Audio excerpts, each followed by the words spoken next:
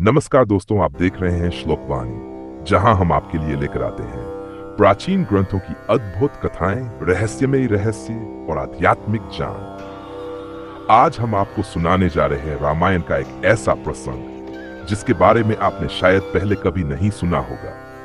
क्या आप जानते हैं युद्ध भूमि में मेघनाद का सिर कटने के बाद भी क्यों हंसने लगा? आइए जानते हैं इस अद्भुत रहस्य को।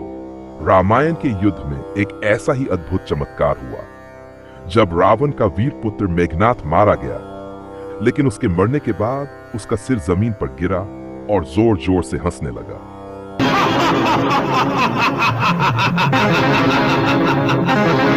आखिर क्यों? क्या इसका कोई रहस्य है या फिर कोई प्रमाण? आज की इस कथा में हम आपको वही अद्भुत रहस्य बताएंगे, तो वीडियो को अंत तक जरूर देखिएगा। लंका की धरती पर युद्ध अपने चरम पर था। चारों ओर बाणों की गूंज, रथों की टकराहट और सैनिकों की चीखें गूंज रही थी। मेघनाद, जिसे इंद्रजीत भी कहा जाता, आकाश में खड़ा था, हाथों में दिव्य अस्त्र लिए। उसकी आंखों में अग्नि थी और होंठों पर विजय की गर्जना। दूसरी ओर खड़े थे लक्ष्मण जी, श्री राम के अनुज, शेषनाग के अवतार। दोनों का युद्ध मानो देवताओं और दैत्यों का पुनः टकराव था। मेघनाद ने नागपाश और शक्ति अस्त्र चलाए, लेकिन लक्ष्मण ने हनुमान जी और इंद्र से मिले दिव्य अस्त्रों से उन्हें काट दिया। आकाश में बाणों की वर्षा होने लगी। सारे वानर और राक्षस अपनी सांसें थामे इस महायुद्ध को देख रहे थे। कई घंटों तक चलता रहा ये भीषण युद्ध। अंततः जब लक्ष्मण ने इंद्रास्त्र का प्रहार किया तो मेघनाद का सिर धड़ से अलग हो गया। धरती कांप उठी, आकाश से बिजली सी कौंधी और तभी सभी ने देखा मेघनाद का कटा हुआ सिर जमीन पर गिरा और जोर जोर से हंसने लगा।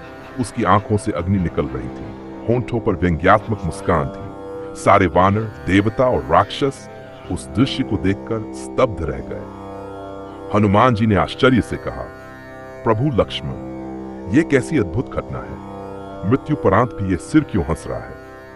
लक्ष्मण मौन खड़े रहे। तब श्री राम ने धीरे से कहा, हनुमान, इसका रहस्य बहुत गहरा है। रामायण की गूढ़ कथाओं के अनुसार बचपन में मेघनाद ने घोर तपस्या की थी और ब्रह्मा जी को प्रसन्न कर लिया था। ब्रह्मा ने उसे वरदान दिया था, ओपन कोट, हे मेघनाद, जब तुम्हारा अंत होगा तब तक तुम्हारा सिर हंसता रहेगा। ये हंसी इस बात का प्रतीक होगी कि मृत्यु केवल शरीर का अंत है, आत्मा का नहीं। Close quote. दोस्तों, ये कोई कल्पना मात्र नहीं थी। लोककथाओं में वर्णन है कि मेघनाद मृत्यु के समय भी निर्भीक था और उसका सिर मुस्कुराता हुआ देखा गया।